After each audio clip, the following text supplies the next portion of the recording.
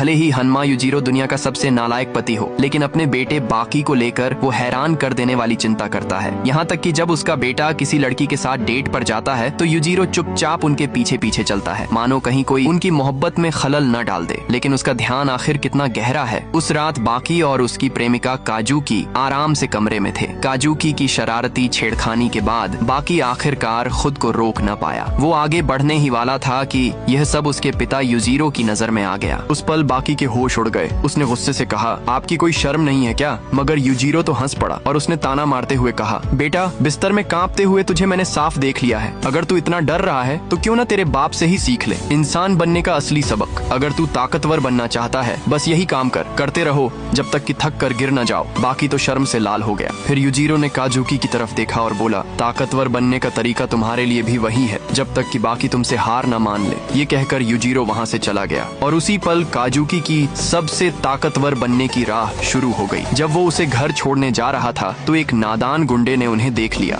रात को जब काजुकी अपने कमरे में सोने जा रही थी तो उसने खिड़की से आवाज सुनी। पहले तो लगा कि शायद बाकी आया है, लेकिन अचानक वहाँ एक अजनबी घुस आया और उसने काजुकी का मुंह दबा लिया। उसने धमकी दी, अगर तूने चीखने की कोशिश की तो तेरा और तेरी माँ का अंजाम बुरा होगा। जैसे ही उसने चीखने की कोशिश की, बाकी अचानक प्रकट हुआ और जोरदार लात से उस गुंडे को गिरा दिया। डरी हुई काजुकी बाकी से लिपट गई और रो पड़ी। इस बीच माऊजी फिर से हमला करने उठा। इस बार बाकी का गुस्सा हद से पार हो गया। कोई भी मेरी प्रेमिका को हाथ नहीं लगा सकता। उसने अपना सिर जोर से दुश्मन पर दे मारा। अब वो पीछे हटने वाला नहीं था। उसने तय किया कि अब किसी गुंडे को बर्दाश्त नहीं करेगा। मगर तभी देखा माऊजी अचानक गायब हो गया और उसके साथ काजुकी भी गायब थी। असल में माऊजी उसे उठा ले गया था। वो खुशी खुशी हंस रहा था और सीधा निकल पड़ा युजिरो के उस आलीशान होटल की तरफ, ये जाने बिना कि वहाँ उसका सामना किससे होने वाला है। उधर 6 बड़े अफसर मीटिंग कर रहे थे। उन्होंने पहले ही डोरियन और स्पेक को पकड़ लिया था, लेकिन बाकी 3 कैदी अभी तक पकड़े नहीं गए थे। उन्होंने फैसला किया चोर की मदद लेंगे। इसके लिए उन्होंने अमेरिका के एरिजोना जेल का रुख किया, जहाँ एक ऐसा शख्स कैद था जिसे कोई जेल रोक नहीं सकती। वो था अजय इनामी शिकारी ओलिवा।